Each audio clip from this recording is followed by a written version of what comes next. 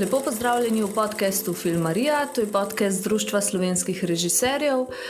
Jaz sem Urša Menard, z mano je pa danes režiser in scenarist Matjaž Ivanišin, svež dobitnik nagrade Prešernovega sklada in zelo zanimiv avtor, s katerim bova govorila pravzaprav o njegovih filmih, tudi od študijskih filmov, ki jih je delal na Akademiji za gledališče, radio, film in televizijo, do pač zadnjega filma Oroslan, za katerega je pravkar dobil nagrado Prešernovega sklada. Živjo, Matjaž. Zdrav, Urša. In najprej iskrene čestitke za zasluženo nagrado. Pravzaprav filmarji nismo velikrat nagrajeni, tako da se mi zdi, da je to še večje pa lepše priznanje. Ti pravzaprav se nekako zelo uspešno, se mi zdi, izogibaš tej neki delitvi na to, kaj je igrano, kaj je dokumentarno. Večina tvojih filmov je nekje na meji. Dostikrat delaš z naturščki, sploh v recimo zadnjem filmu Oroslan imaš 2 igralca, še en se, mogoče ene 2 se še pojavita zelo epizodno, ampak drugače pa so igralci ljudje, ki igrajo skoraj mogoče sebe. Razmišljaš sploh kdaj, da bi nek klasičen igrani film naredil, ali pravzaprav je to raziskovanje zate neka poglavitna stvar pri tvojem ustvarjanju, pa iskanje nekih umestnih hibridnih form? Do zdaj mislim, da je bilo tako. Zdaj za naprej ne bi upal nič reči, ker bovika me bo odneslo. Bom zdaj rekel nekaj, pa bom naslednji film delal popolnoma klasičen, kdo bi vedel, še sam ne vem. Ampak je bilo do zdaj tak, da sem pravzaprav delal po tem občutku, da pravzaprav sem si želel pravzaprav predvsem ustvariti neke pogoje, da se lahko nekaj zgodi. Se pravi, da sem poskušal svojo osnovno zgodbo postaviti med določene ljudi v neko okolje in potem v tej zgodbi na široko odpreti ena vrata, da so lahko ti specifični ljudje iz tega okolja in to okolje vstopili v zgodbo in se na nek način začela ta moja ideja, moja struktura samim, bom rekel, terenom začelo mešati, se pravi, ali pa bi rekel sobivati, ali pa celo sooplajati, nadgrajevati. In to se mi je do zdaj zdelo bistveno, oziroma se mi še zmeraj zdi bistveno, da pravzaprav so zmeraj ljudje, ki so bili pred kamero, vnesli v vnaprej pripravljeno situacijo tudi nekaj svojega. Nekaj, kar je mogoče ni na prvi trenutek vidno ali pa se ne da točno posneti, mogoče kar nosijo v sebi neko svojo izkušnjo, se pravi zelo, zelo na stežaj odprta vrata so bila za te stvari zmeraj postavljena v filmu. To vem, da najrajš mogoče marsikdo od nas tega ne bi počel, ampak vseeno je treba nek scenarij oddati nekomu, preden sploh dobiš zeleno luč za snimati film. Kako te stvari potem sploh napišeš? Ali se malo tako, kot se vsi malo pretvarjamo, da vemo, kaj bomo snimali?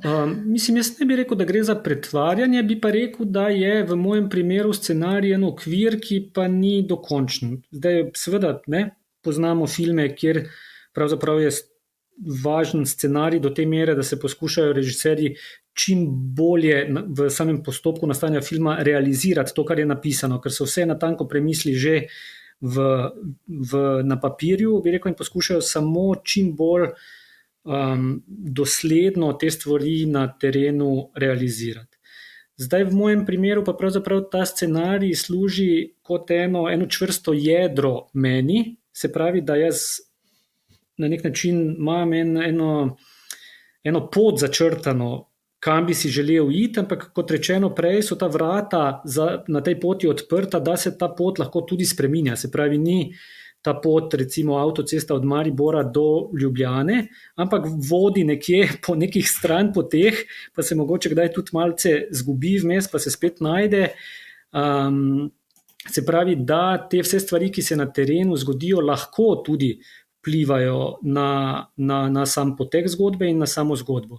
Ampak se mi zdi, da nujno pa rabim ta okvir, zato pravim, da ne gre za pretvarjanje. Rabim pa ta okvir, s katerim štartam, ker če tega ne bi bilo, se mi zdi, da sploh nimam razloga, da bi nekam šel ali pa da bi, zakaj grem tja. Moram imeti ta to neko jedro mora imeti čvrsto, da bi se lahko zgubljal malce na poti. Ne? Ampak potem se mi zdi, da ta zgubljanja ne gredo proti filmu, ampak so pravzaprav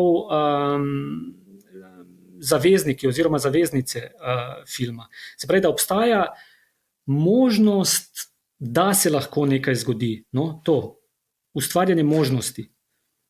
Nekako delujejo tvoji filmi, no pa tudi to, kar zdaj govoriš, da zahtevajo ogromnega researcha oziroma enih raziskav, preživljanja enega časa v prostoru, kjer boš potem snimal film in spoznavanja ljudi. Kako se sploh lotaš tega? Sediš v kafičih, piješ pivo in klepetaš z lokalci? Tudi to, seveda, tudi to. Ampak jaz mislim, da prav zaradi tega, ker na nek način prihajam ali pa od dokumentarnega filma, se mi zdi, da mi je ta proces raziskave, ta konstantna raziskava, tudi takrat, ko film se snema, tudi takrat, ko film se montira, se pravi vedno znova ponovno odkrivanje stvari, je ta raziskava pravzaprav skozi prisotna, ker v dokumentarcu vse veš, kak je pravzaprav, ti imaš en občutek, da se nekje nekaj skriva, nekaj, kar bi lahko bilo važno za tvoj film. In potem se podaš na to pot, ne vedoč, kam te bo zdaj točno peljala, kam bodo zdaj ti ljudje v času nastajanja tvojega filma, kaj se bo z njimi dogajalo. Lahko predvidiš določene stvari, seveda, bolj ko je čvrsto to jedro, prej lahko kakšne stvari predvidiš in bolj natančno jih lahko tudi predvidiš. Ampak vseeno se podajaš na pot z neko vero, da tam se nekaj skriva. In jaz te svoje igrane filme pravzaprav sem do zdaj snemal na podoben način.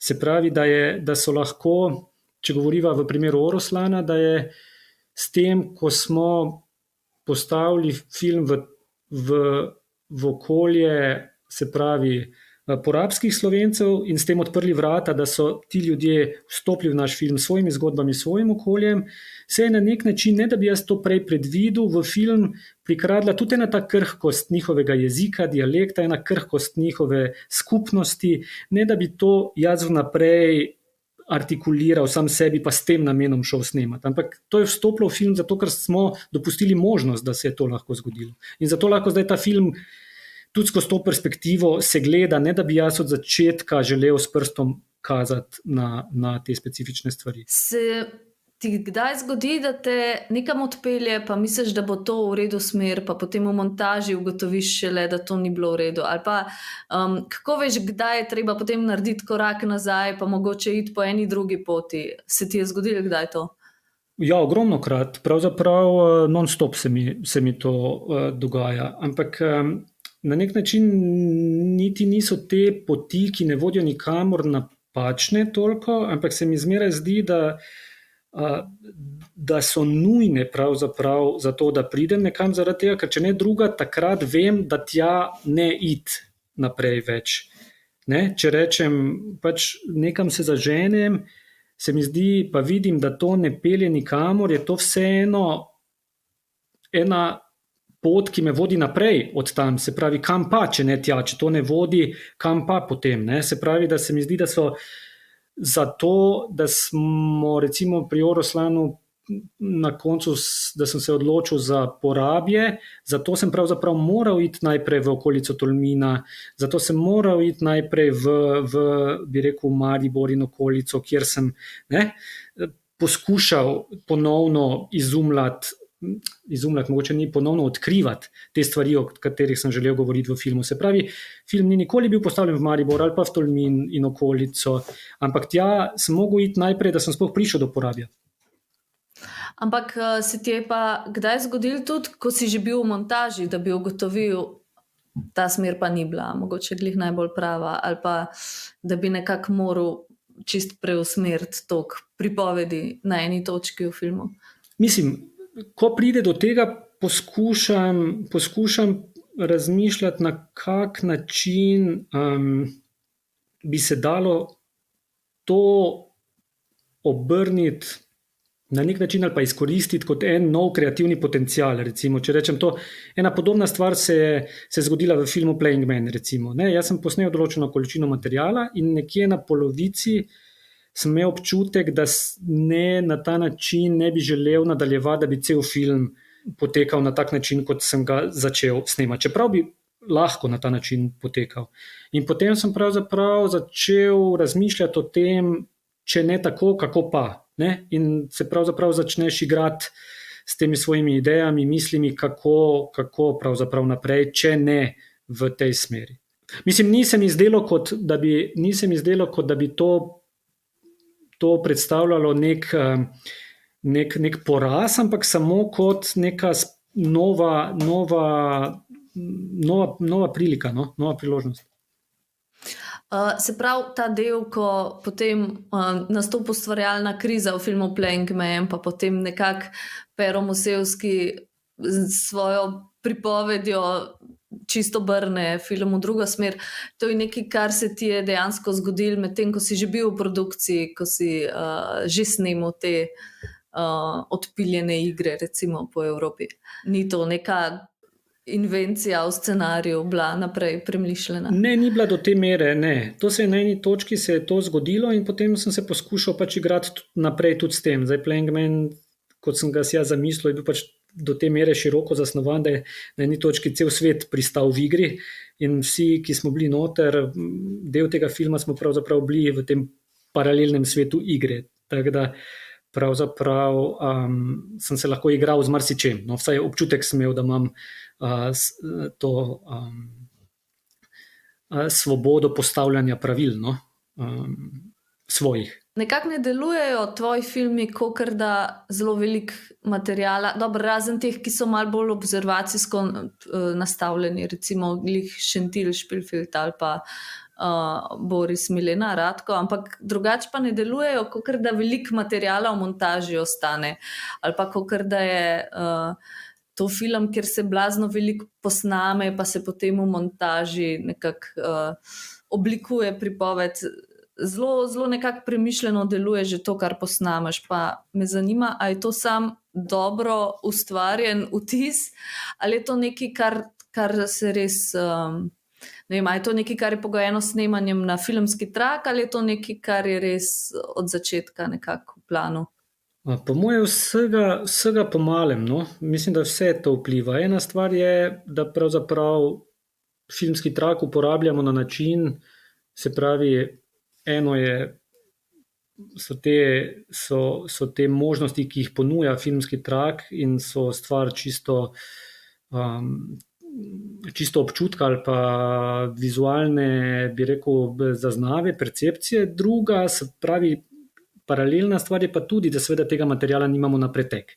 In ta omejitev, da nimamo materijala na pretek, je meni pravzaprav precej ljuba, ker načeloma nimam občutka, da me kjerkoli ovira, ker način, na katerega snemamo, ni tak, da bi zahteval ogromne količine materijala in da bi mi kasneje šele iz tega materijala razbirali, kaj je pravzaprav naša stvar, ampak po večini pravzaprav dosti časa preživimo na terenu, v researchu in potem pravzaprav se dosti časa pravzaprav samo opazujemo, se pogovarjamo, zakaj kaj snemati, kako kaj snemati in potem po večini ne posnamemo takih količin materijala. No. Se mi zdi, da imamo zelo malo, bi rekel, materijala, iz katerega potem film nastaja. Ampak je pa res, da to zmeraj na nek način narekuje sama vsebina in pa odločitev pravzaprav, zakaj snemati na ta način. Kot si prej rekla, no, pri filmu vsaka dobra zgodba je ljubezenska zgodba, kjer je pač seveda opazovalni tip dokumentarnega filma, tam pravzaprav je šlo za en čist drug proces snemanja. Ne? In je dejansko, tam je pa bilo tako, da smo imeli ogromno količino materijala in smo šele v montaži opravili to rudarsko delo. Se mi pa zdi, da ni montaža nič bolj enostavna zaradi tega, tudi če imamo manj materijala. Ne? Samo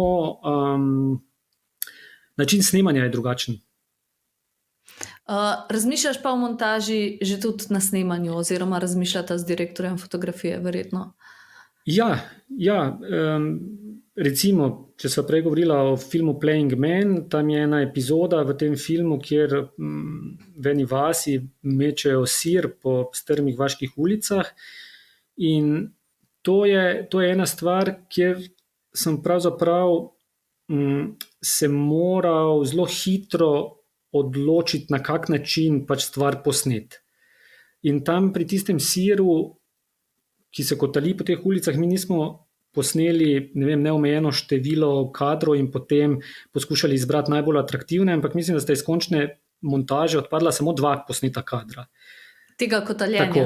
Ampak to je pravzaprav bilo tudi zaradi tega, ker sem jaz že skupaj z Gregorjem, ki je bil direktor fotografije, pa z Ivanom Antičem, ki je snemal zvok, smo vedeli pravzaprav, da nočemo pravzaprav snemati konkretnega dogodka takrat, kot se on zares odvija, ampak da bi želeli poustvariti na nek način ta dogodek oziroma poustvariti vtis, ki se je zgodil nam ob prvem srečanju s to tradicionalno igro. Se pravi, že gre za neko poustvaritev, no, bi rekel. In tu je pa že lahko stvar malce bolj natančno premišljena vnaprej. Mislim, Gregor Božič je tudi režiser, tvoj direktor fotografije, nekako pri zadnjih nekaj projektih, pa tudi sicer delal si parkrat v takem režijskem dvojčku, ne vem, Hiške z Darkom Sinkom, pa potem tudi Rajko Grlič pri tem dokumentarcu, ki si ga prej omenil, Boris Milena Radko, oziroma Vsaka dobra zgodba je ljubezenska zgodba. Se ti zdi, da je ta dialog še z enim režiserjem, že na snemanju, v pripravah, da je to nekaj od česar pravzaprav se ta neka kreativna, ne vem, kreativni razmislek bogati sproti, se ti zdi to v bistvu en dragocen del, ali zakaj pravzaprav imaš rad, da nisi edini režiser na svetu? Ja, jaz mislim, da pravzaprav recimo, če začnem pri Gregorju, je seveda, se mi zdi dobro, da je on tudi režiser in da lahko neke stvari pregovarjava, debatirava, analizirava tudi iz te perspektive, ampak jaz mislim, da bi z njim prav isto dobro sodeloval, tudi če bi bil on, bi rekel, odgovoren za zvok, ali pa če bi bil montažer. Pač se mi zdi, da je cela naša ekipa,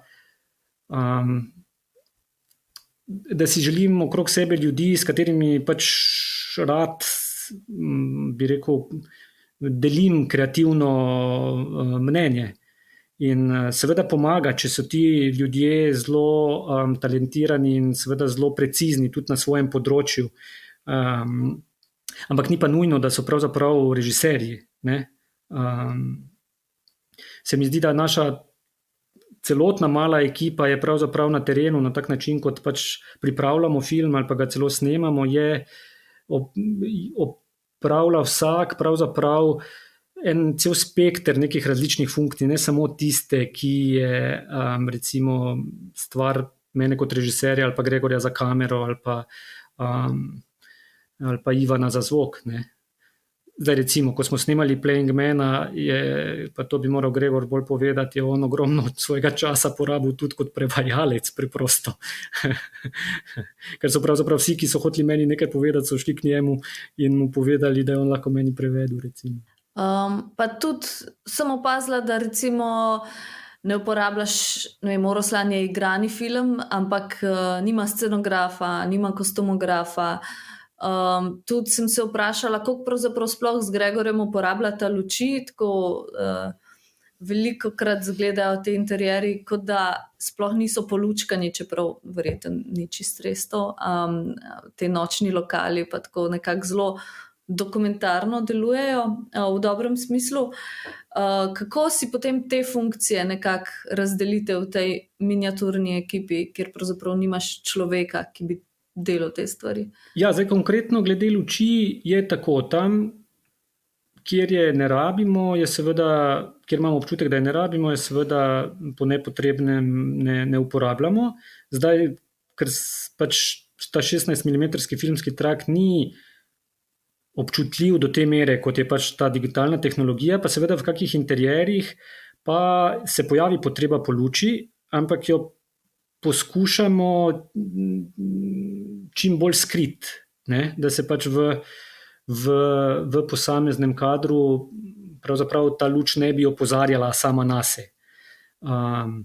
Je pa res, da takrat, ko imamo občutek, da rabimo luč, seveda takrat pa za tisti konkreten, recimo dan ali pa dva, koliko časa pač to sceno snemamo, takrat pokličemo pa določene okrepitve oziroma določeno okrepitev. Se pravi, se ne gibamo z vsemi možnostmi skozi, ampak samo za te posamezne trenutke, kjer čutimo, da rabimo pomoč, takrat pravzaprav pokličemo na pomoč nekoga, ki je pomoč pri luči, nekoga, ki je pomoč pri scenski tehniki, ampak samo za tisto omejen čas, ko to zares rabimo. Tako da nimamo tudi na terenu skozi vseh stvari na voljo s sabo. Sej pravzaprav tudi, ne vem, kamera se mi zdi, da je vedno deluje kot pogled človeka, no. Ni nekih čudnih premikov kamere, nekih čudnih kotov kamere. Vse je pravzaprav večinoma stativ ali pa iz roke, če se ne motim, mogoče kakšen zoom.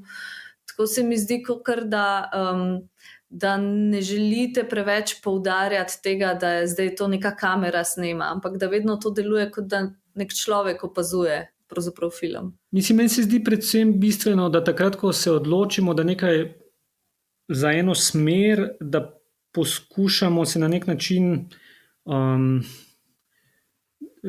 da poskušamo odstraniti vse, kar se mi zdi, da ne potrebujemo, da je nepotrebno. Ne zato, da ne bi znali ceniti tistih stvari, ne? Če sva prej govorila o scenografu, kostumografu. Meni se zdi, da če delaš tak tip filma, je pravzaprav dober scenograf, dober kostumograf, to so ključni sodelavci, ne? Ampak pri tem tipu filma, za katerega sem se odločil, recimo, če govorijo o Oroslanu, je pa zavestna odločitev, da bom uporabljal samo lokacije takšne, kot so, in pravzaprav z minimalnimi posegi, in da ne bom pravzaprav jih še dodatno nadgrajeval, ali pa za kostume, ki jih bodo ljudje pred kamero nosili, se mi je zdelo, da jih lahko izberem sam oziroma z ljudmi, ki so v moji najožji ekipi, ne? Konkretno z asistentom režiserja ali pa določene stvari z direktorjem fotografije, pač da lahko na ta način delamo. Če bi snemal drugačen tip filma, bi bilo neumno, da bi pravzaprav postopal na ta način. Se mi zdi, da je bistvena stvar, da uspemo prepoznati, kak tip filma delamo. In potem pravzaprav poskušamo zagotoviti možnosti, da se tak film, ali pa čim več možnosti, da se tak film lahko zgodi, ne? Zato se mi zdi, da ni pravzaprav da ne obstaja pravzaprav en priročnik, ki velja za vse, ne? Na kak način se film dela, ne? To je lahko ena receptura, ampak mislim, da je glavna stvar na začetku prepoznati, kak film si želiš delati in kaj za to potrebuješ, oziroma česa za to ne potrebuješ, ne? A pa ti da precej miniaturna ekipa omogoča, oziroma pač sklepam, da omogoča tudi večjo mobilnost pa fleksibilnost, pa se da tudi plan snemanja včasih zamenjati ali pa obrniti nekaj drugega posnet.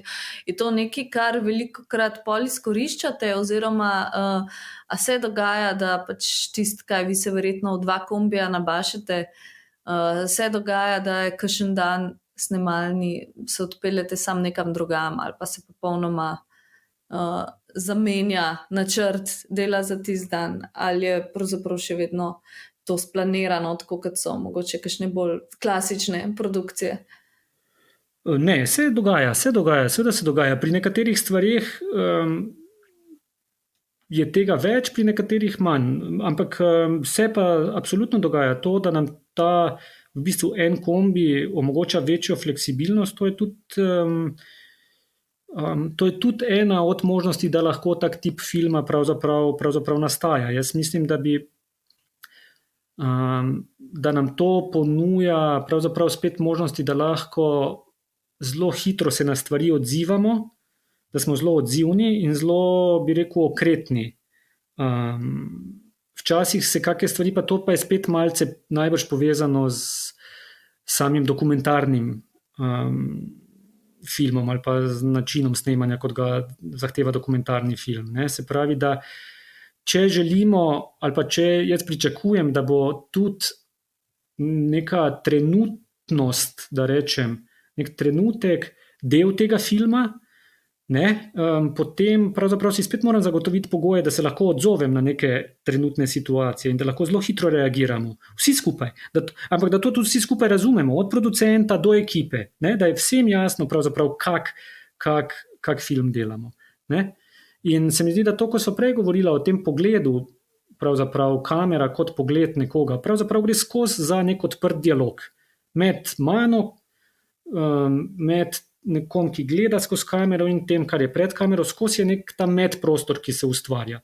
In za ta medprostor se mi zdi, da ne potrebujem kamere, ki bi na nek način želela opozarjati sama nase, ki bi bila na ta ali pa drugačen način atraktivna. Vse te elemente poskušam odstraniti iz svojega filma in dati prostor zaradi tega seveda enim drugim stvarem,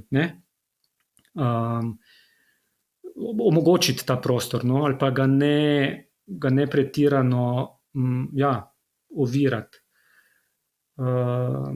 Se pravim, če bi pa se odločil snemati en drug tip filma, bi pa najbrž to, da se podajamo na ta način ga snemati, bi bila pa napaka najbrž, če bi sam proces nastajanja filma zahteval bolj bi rekel, komplicirane postopke kamere, tehniko, seveda za te stvari pa potrebuješ nek support.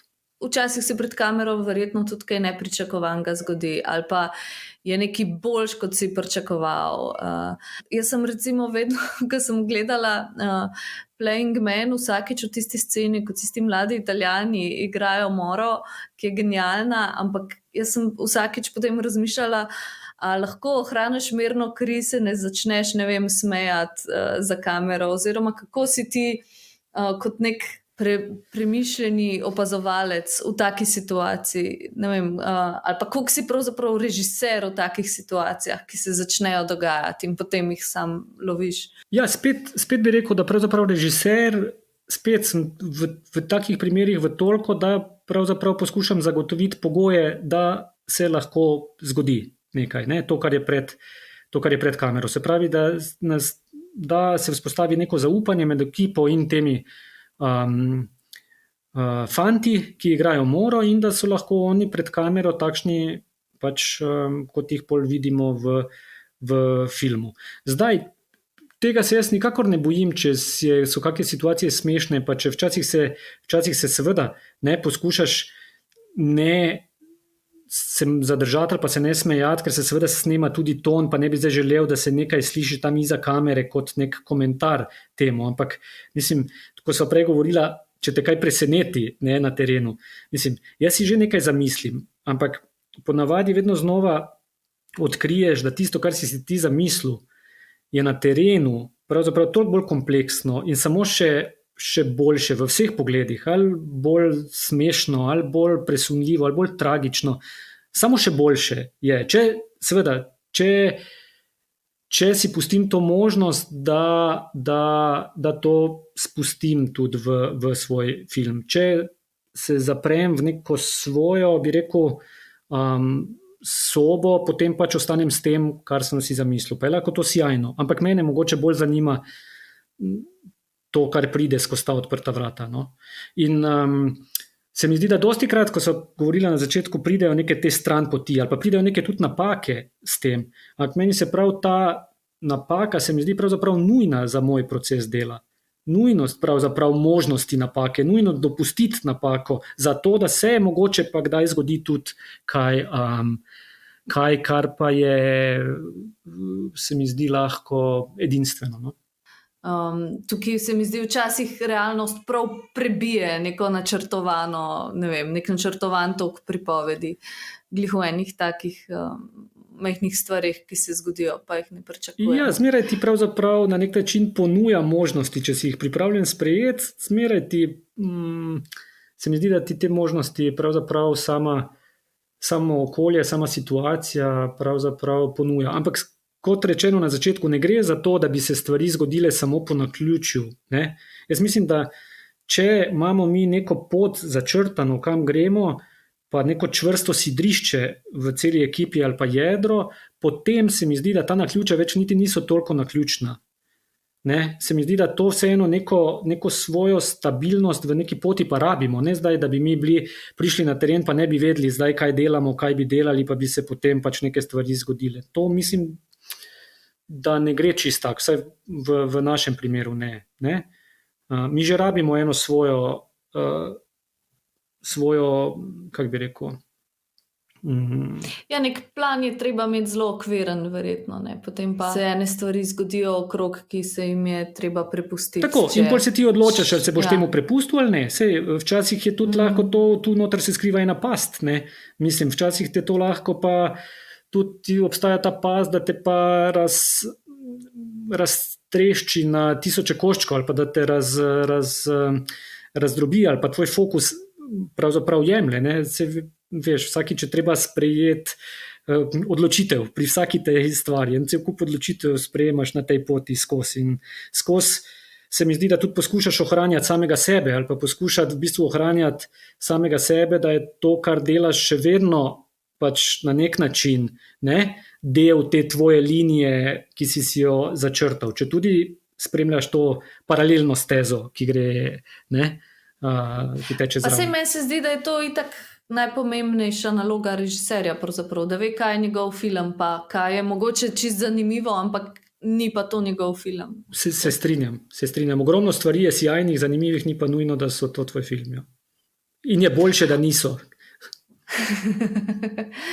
Ampak ti si nekdo, vsaj jaz imam tako občutek, ki vedno išče neko lepoto. Nisi eden od teh... Zdaj bom mogoče to malo grdo rekla, teh avtorjev, ki uživajo v nekem trpljenju, v nekem, v prikazu enega dna, ampak se mi zdi, kot da vedno iščeš ne samo neko lepoto, mogoče v nekih detajlih, v nekih ljudeh, ampak tudi zanimajo te stvari, ki jih ljudje delajo v prostem času. Ne govoriš o golem preživetju, o tem, kaj ljudje morajo početi, da, za neko eksistenco, za neko pač to čisto osnovno preživetveno strategijo, ampak vedno so tukaj neki veseljaki, neki nagajivci, neki ljudje, ki pač jih snemaš pri tem, kar jim je najlepše v življenju, ali pa govorijo o tem, kar počnejo, zato ker to radi počnejo. Pa tudi, če so to neke čist, banalne stvari, kot rit v gostilno. A zavestno o tem razmišljaš, pa iščeš to, ali je to nekaj, kar je tako nekako se izkristaliziralo, bolj kot ne slučajno?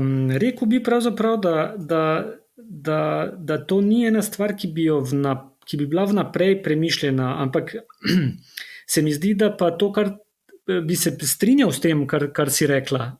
Mislim, mi je to ljubo, ampak ni stvar nekega mojega načrta. Najbrž pa seveda z pronica skozi film. Ne? Najbrž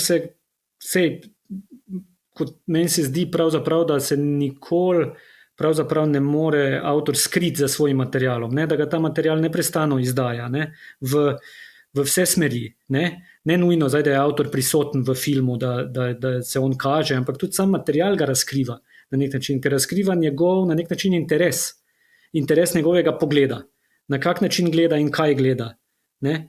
In se mi zdi, da najbrž je to, kar vključujem v svoje filme ali pa kaj poskušam raziskovati ali pa bi rekel, odkrivati, razumeti, da je tudi povezano s tem, in da je to mogoče neko zanimanje v neko, kaj bi rekel, zanimanje za človeka, v vsem. In mogoče je ta neka igra, ta prostor igre tu tudi prisoten v vseh filmih, da je pravzaprav ta neka igra, ta neki paralelni svet, kjer se mi odločimo za neka pravila, pa potem vstopimo v ta svet igre in tam potekajo stvari zelo zares. Ampak takoj, ko izstopimo iz tega sveta, smo pa spet lahko prijatelji, kot recimo prej tiste fante, ki igrajo Moro, kot si omenjala, je pravzaprav takoj, ko izstopijo iz polja igre, so spet prijatelji, pa grejo. Ja, ta kadr, ki grejo potem Tako. skupaj domov proti mestu nazaj. Tako. In mislim, da gre pri filmu za nekaj podobnega. No? Jaz pri tvojih filmih nikoli nimam občutka, da se dogajajo v sedanjosti. Vedno je zraven nek občutek, ne bom glih rekla nostalgije, ampak kot da je nekaj se zataknilo v času, kot da je tukaj neka preteklost, mogoče celo kot da iščeš neke bolj mitske zgodbe. Pa me zanima, a se namenoma izogibaš, ne vem, urbanemu, tehnologiji, sedanjosti, ali so te zgodbe pravzaprav nekako postopoma pa tekom dela s sabo prinesle to neko časovno neotipljivost ali pa to neko mogoče skoraj ta občutek ene preteklosti? Se mi zdi, da ta brezčasnost je na nek način del, ki me zanima, ampak zanima me pravzaprav predvsem iz tega, ker me zanima, po moje, arhetip. Zanima me nekaj arhetipskega in potem poskušam v situacijah to arhetipsko zaznavati oziroma prepoznavati, kaj je nekaj, kar mogoče ni nujno stvar samo trenutka, ampak je mogoče tu že od nekdaj.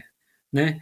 In zaradi tega so mogoče kakšne situacije, ki si ne bi želel, da so vezane samo na tukaj in zdaj, ampak recimo so lahko na nek način, obstaja nekaj v njih, kar povezuje tukaj in zdaj, in pa nekaj, kar je tudi pred tem, se pravi, kar je nadčasovno, bi rekel.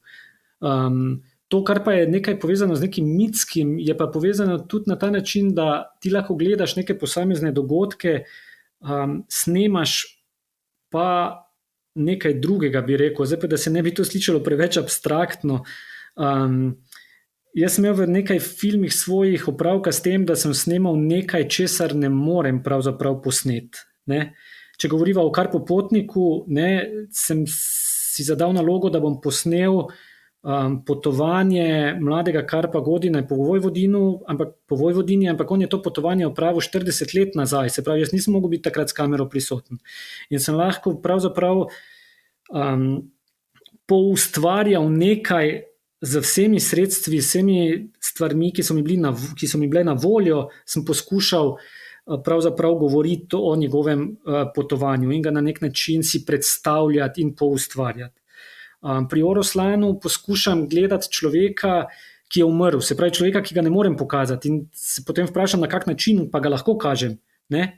In smo pravzaprav razmišljali, na kak način je ta človek pravzaprav, na kak način še ostaja del svoje skupnosti ali pa svojega okolja tudi po svoji smrti.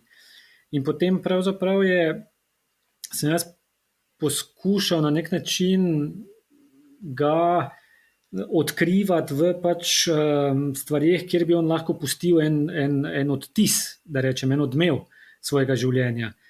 To pomeni, da ko sem snemal njegovo hišo, sem pravzaprav snemal njega. Ko sem snemal pokrajino, sem snemal njega. Ko sem snemal ljudi, ki pripovedujejo o njem, sem snemal pravzaprav njega. In z vsemi temi drobci sem poskušal gledati, na kak način se lahko ta njegova podoba na nek način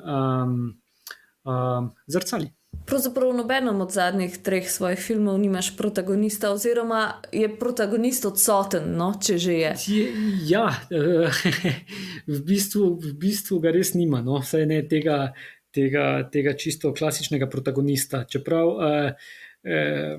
rekel bi, da je Oroslan absoluten protagonist, samo ne vidimo ga nikoli, oziroma ne vem, spet v Karpu Potniku je, se mi zdi, mladi režiser, KG, protagonist tega filma, ga tudi nikoli ne vidimo, ampak ga pravzaprav poskušamo mu pa priti blizu, če tako rečem, no, temu protagonistu preko teh drobcev, preko teh fragmentov, ki nam jih pravzaprav film ponuja.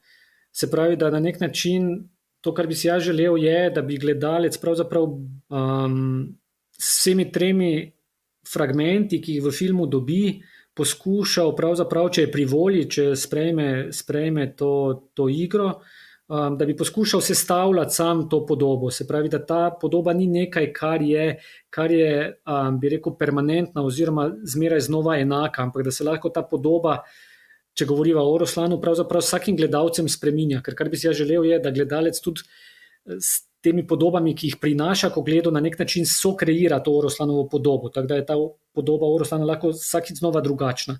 Ampak to ne pomeni, da je kdaj napačna, zmeraj točna, po moje. Mogoče tudi zato, ker imam sam rad filme, ki mi na nek način spet puščajo ta vrata odprta tudi zame, da lahko jaz na nek način vstopam v to zgodbo. Ne? Mogoče je to tudi zaradi tega. Je pa po drugi strani tako, da v marsikaterem od tvojih filmov protagonista v tem klasičnem smislu vsaj začasno nadomesti pripovedovalec. Lahko je to samo za en del filma, tako kot recimo Pero Musevski v Playing Man ali pa Miki Roš v O Ruslanu, ali pa tako kot v Kar popotniku, ko je Nebojša Pop-Tasić en tak nevidni pripovedovalec skozi cel film. Se mi zdi, da je to en ključen postopek za tvoje filme, to pripovedovanje zgodbe. Ja, to bi se strinjal. Mislim, da je pri vseh omenjenih filmih gre pravzaprav ravno za to, za potrebo po pripovedi, potrebo po pripovedovanju, potrebo po deliti pravzaprav zgodbo, potrebo po pripovedovati zgodbo. In na nek način je zgodba kot taka zmeraj v ospredju. In v ospredju je včasih bolj, včasih manj tudi način, na katerega je ta zgodba pripovedovana. Se pravi, sama pripoved je lahko tudi del obravnave ali pa pomisleka v filmu.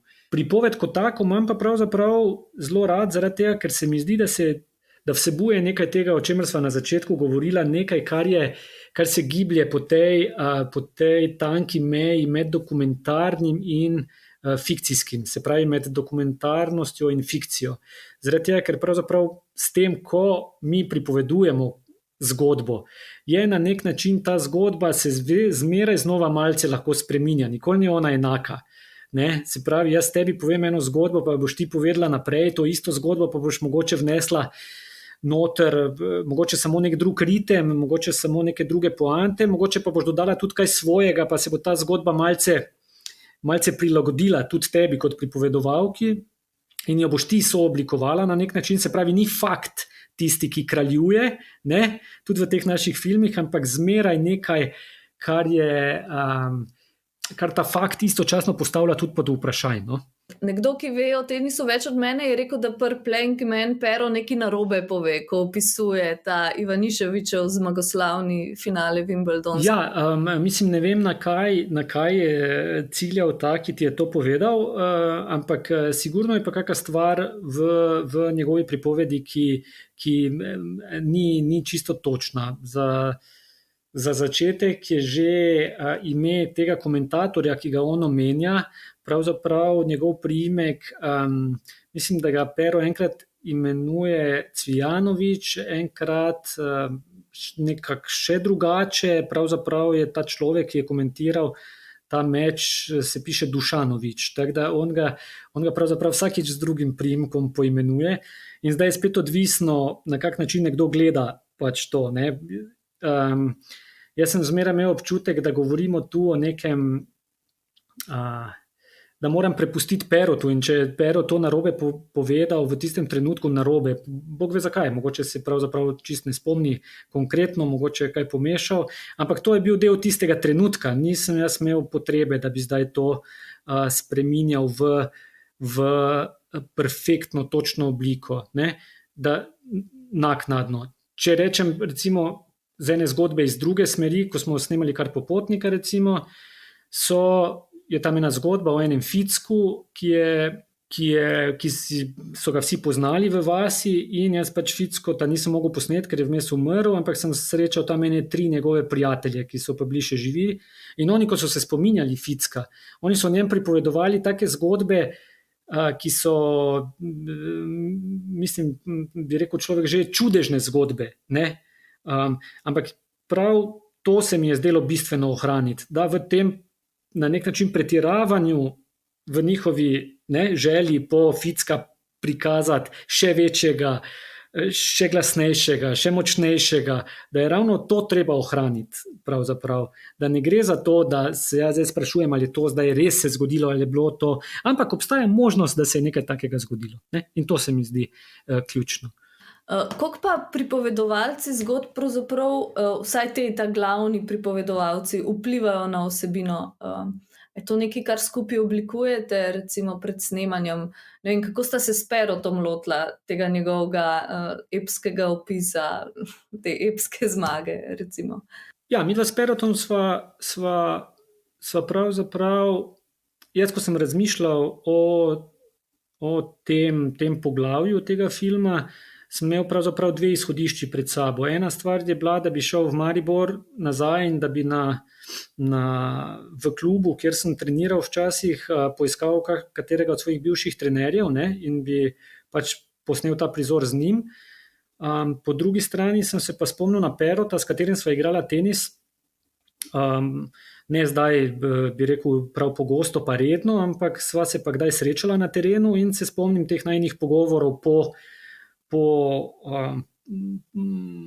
po odigrani partiji in se mi je zdelo, da je Pero na nek način še bolj točen za ta film, zaradi tega, ker se spet dotika nekega istočasno, nekega polja igre in na kak način se igralec lahko pojavi v tem filmu, oziroma tako kot je Pero rekel, pravzaprav enkrat po snemanju je rekel, glej, kako daleč sem prišel, zdaj igram že v dokumentarnem filmu. To se mi zdi še kar točno za to, kar smo počeli. Je pa nastalo tako, pač mi da sva pač delila neko, bi rekel, neko ljubezen do tega športa in potem sem jaz pač njemu predlagal, če bi rekla kako na to temo, in potem si je pač on tudi, ko sva se pogovarjala, kaj bi to bilo, je pravzaprav prišlo tudi do tega, da bi on še enkrat obnovil ta znamenit Ivaniševićev meč, ta zadnji game samo, in je potem si pač seveda nekoliko pomagal z pač tem videomaterialom, arhivom, ki je bil seveda na voljo. Aha, se pravi, to je nekaj, kar je on izbral. Izbrala, mislim, mogoče sama ideja je prišla v tem pogovoru, mogoče da je prav ideja za to bila moja, ampak jo je on lahko delil takoj, oziroma je vedel, o čem se gre, in jo lahko takoj tudi ponotranil. Zadnjič v pogovoru o filmu Oroslan, ki sta ga imela z Miranom Zupaničem na MMC 4D, ki ga v bistvu zelo priporočam vsem, ki ste film že gledali, si rekel, da so ti bolj zanimivi poraženci kot zmagovalci. Ampak Ivanišević je pravzaprav en tak zanimiv primer zmagovalca. Kaj ti je na tej njegovi zmagi tako fascinantno? Ali pa vama je pravzaprav bilo? Tega pravzaprav v filmu ni na ta način eksplicitno omenjeno, ampak pravzaprav Ivanišević je bil pravzaprav v Wimbledonu večni poraženec. On je bil predtem 3-krat v finalu in vsakič je izgubil finale. Se pravi, 3-krat je prišel do samega konca in potem izgubil finale. Mislim, da je 2-krat izgubil proti Samprasu, pa 1-krat proti Agassiju. Se pravi, 3-krat je bil pravzaprav že čisto tam, pa na nek način šel iz Wimbledona kot poraženec. In ravno zaradi tega, ker je on bil 3-krat prej v finalu, je dobil pravzaprav od organizatorjev povabilo, se pravi, temu se reče v tenisu wild card. Zaradi tega so ga organizatorji povabili, da je lahko sploh sodeloval tisto leto 2001 na turnirju. On drugače, ker je bil, mislim, da 125 na lestvici, se sploh ne bi uvrstil, niti kvalifikacij ne bi mogel pravzaprav. Tam so njega povabili v glavni turnir prav zaradi tega, ker je bil tolikrat poražen v finalu. In potem mu je čudežno uspelo pravzaprav priti do samega konca in na koncu tudi zmagati. Ampak Ivanišević je bil pravzaprav ogromno svojih mečev izgubil ravno zaradi svojega tega karakterja. Je pa tudi en izraz, ki v tenisu obstaja, pa ki je mogoče zdaj to, kar se bi jaz navezal, kar se poražencev tiče, eno izraz obstaja v tenisu, če ti igraš kvalifikacije, pa zgubiš so včasih delali en taki žreb, če si takoj na začetku izgubil in temu se je reklo lucky loser. In jaz mislim, da gre A ni v smučarskih skokih nekaj podobnega tudi? Tako, tudi na novoletni skakalni turneji so teh 5, mislim, da ki so pač te neposredne dvoboje izgubili, pa se potem uvrstijo zaradi pač svojih skokov. In mislim, da so ti lucky losers mogoče tile, ki me zanimajo. Tvoji filmi velikokrat delujejo, kot da so razdeljeni na poglavja. Ni te klasične, ne vem, tridelne strukture ali kakorkoli, ampak gre velikokrat ali za eno naštevanje, kot da zbiraš dokazno gradivo, nek dokazni material, ali pa za soočanje različnih pristopov v pripovedi, preskakovanje iz enega načina na drugega. Kako sploh pristopiš k taki dramaturgiji? Kako začneš razmišljati sploh o strukturi pri takem načinu pripovedi? Ja, jaz mislim, da gre to do neke točke, je to po mojem en intuitiven proces, ki pač sledi temu začetni raziskavi, ampak ta raziskava je hkrati lahko včasih že del filma, je že včasih že ta raziskava na terenu, včasih se film prav v tem trenutku tudi že dogaja, se pravi na poti sproti. Potem je ta druga faza tudi snemanja posebej, kjer se ponovno odkrivajo posamezne stvari, in potem seveda faza montaže, kjer se na nek način ta zgodba spet na novo ponovno odkriva.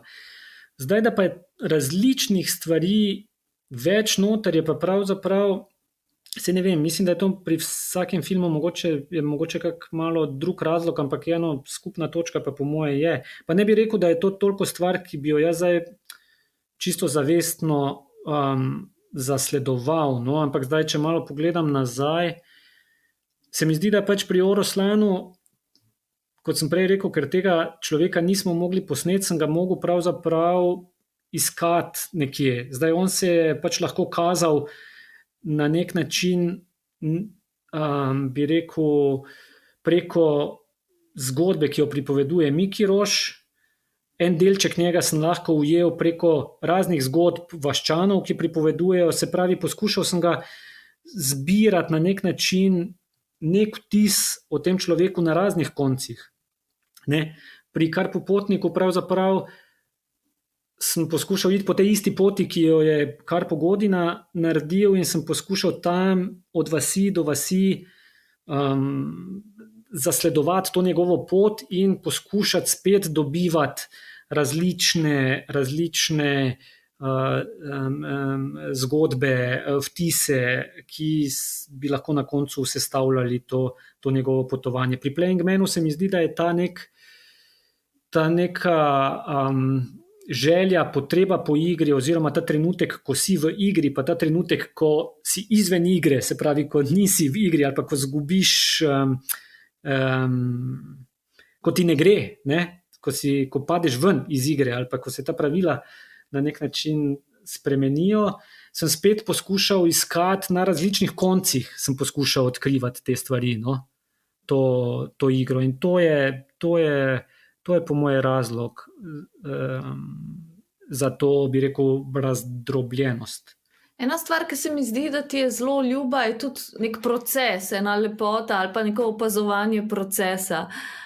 Tako se mi zdi, kot da bi bil ful dober režiser teh industrijskih filmov, ne vem, če si to kdaj gledal ali pa delal, ampak tako, kot da uživaš v tem opazovanju tega, kako neka stvar nastane ali pa kako se neka stvar postopoma dogaja. Recimo. Ja, delovni proces je nekaj, kar mi je zanimivo, kar mi je ljubo, kar je, mislim, po eni strani rad opazujem človeka med tem, ko nekaj počne, ne? Zdaj lahko, tako si rekla, za preživetje, lahko pa v prostem času, ampak da nekaj nastaja, no? Da pred mojimi očmi nekaj nastaja, da nekdo nekaj proizvaja. Lahko je to, različne stvari so to.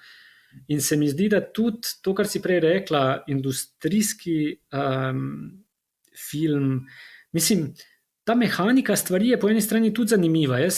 To sem že kdaj povedal, da recimo tudi, ko smo začeli Karpopotnika pripravljati, je pravzaprav ta spomin na to, ko nas je Karpo kot študente učil, pravzaprav on je imel preko predmet kamera za režiserje, ker smo takrat režiserji sami snemali tudi svoje vaje, te začetne.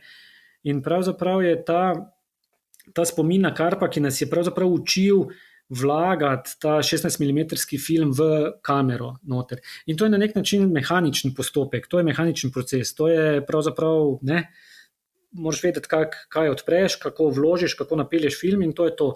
Ampak način, na katerega je on to nam razlagal, je bil pravzaprav tako,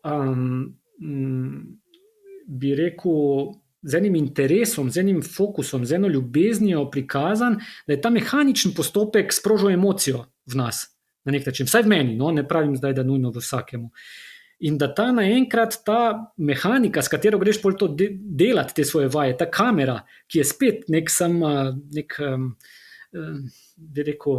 mehanizem, postane na nek način nekaj, skozi kar ti lahko beležiš ta svet in neka občutenja svoja, no.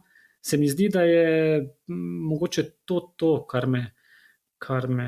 Meni se itak zdi, da je Karpov vedno najbolj užival glih v tem delu, ko nas je usposabljal, da bomo znali to kamero uporabljati. Glih ta del, kaj vse moramo narediti, da potem lahko gremo pa snimamo. Ko smo enkrat snimali ta proces na setu, pa tam postaviti luči, pa narediti dobro fotografijo, tako v narekovajih, se mi zdi, da ga ni pravzaprav toliko zanimal, ali pa da mu ni, ne da ga ni zanimal, no, ampak da mu ni bil toliko vznemirljiv, kot prav glih ta del, ne? Kako zdaj ta stroj naštimati, da ti bo služil.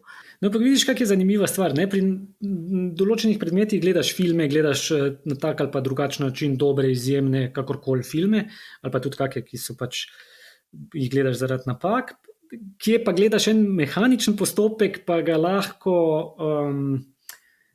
proizvede v tebi neke podobne stvari, ne? Če je dovolj natančno opazovan in z enim interesom, po moje. No? Ja, se mi zdi, da je to nekaj, kar se nas je večina študentov najbolj zapomnili, prav od kamere za režiserje, prav ta del. Ne? Si predstavljam. Ta postopek.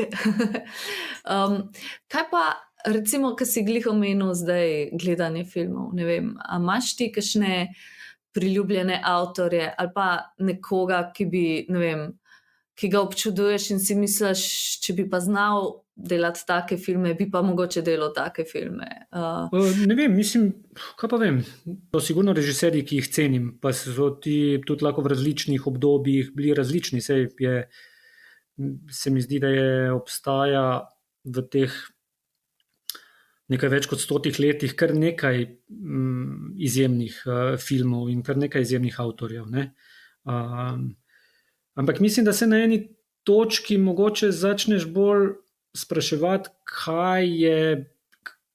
kje se skriva nek tvoj film. No? Mislim, da si na eni točki mogoče ne želiš, vsaj zdaj zase govorim, delati pravzaprav filma na tak način, kot ga dela nek drug avtor. Jaz mislim, da mogoče v nekaterih filmih, kjer obstajajo zelo jasne zakonitosti, kaj mora film, na kak način mora kaj vsebovati, tam verjamem, da je tak, ampak v filmu, ki se ga sam lotevam, pa mislim, da je treba na nek način poiskati nek svoj ta manjkajoči film. No?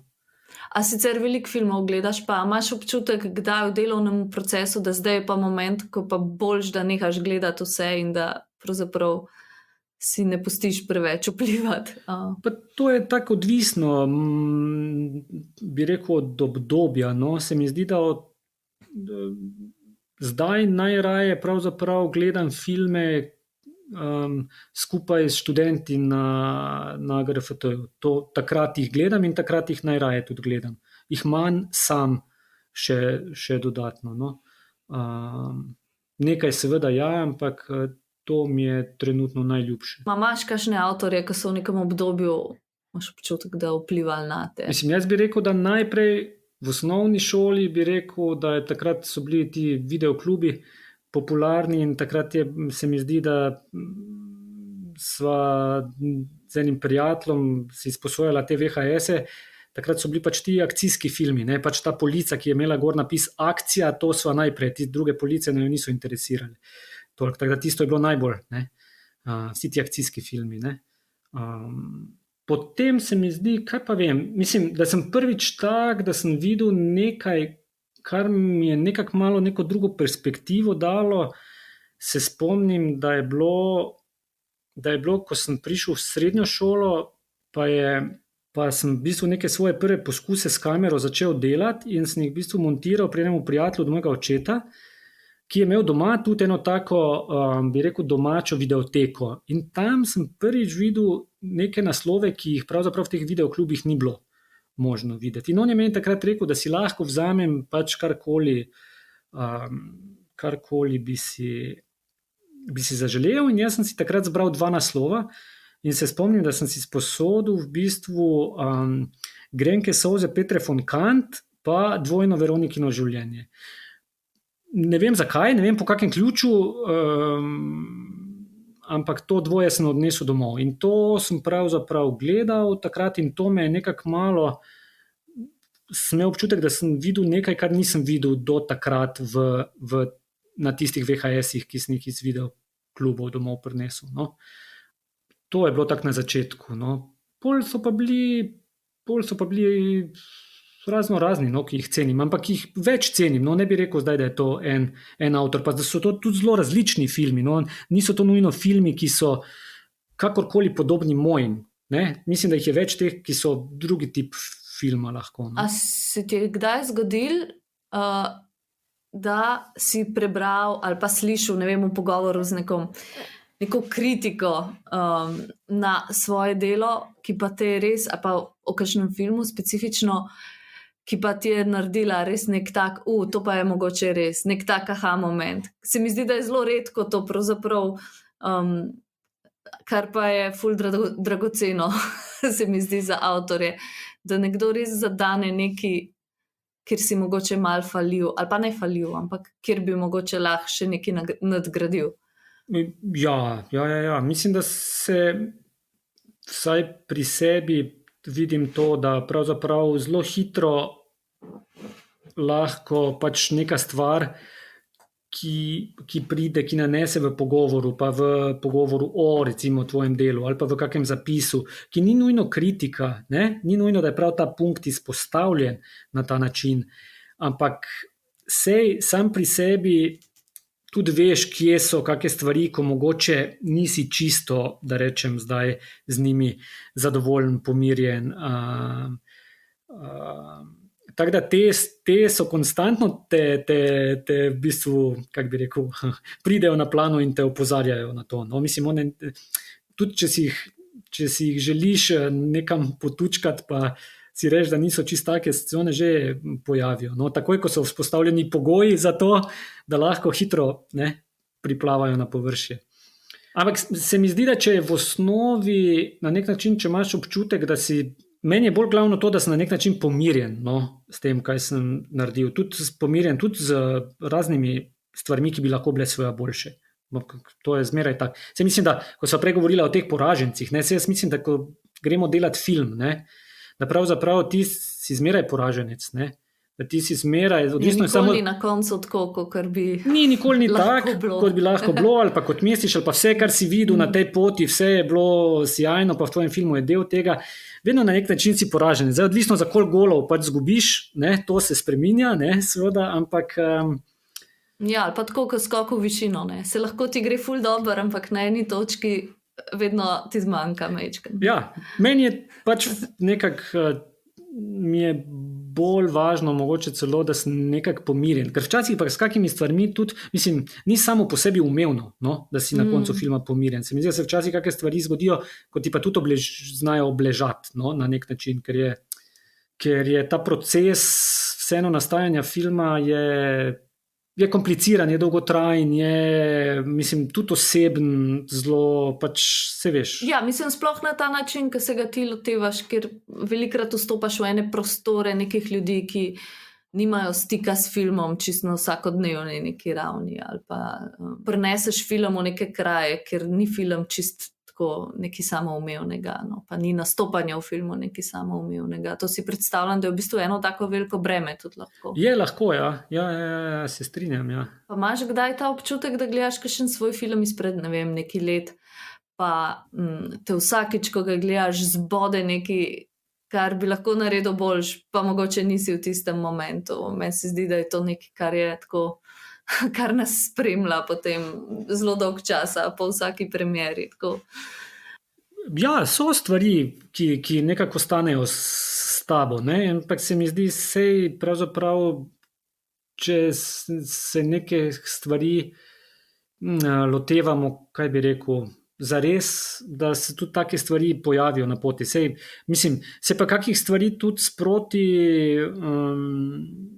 v kakih stvari pa lahko tudi napreduješ, no? Mislim, v plus, sej kakih stvari pa kdaj tudi, ne bi rekel, da postaješ pametnejši, to si ne bi upal ravno reči, ampak kako stvar pa mogoče se sproti tudi naučiš, oziroma ravno zaradi tega dela se mi zdi, da lahko neke stvari pa tudi izboljšaš. No?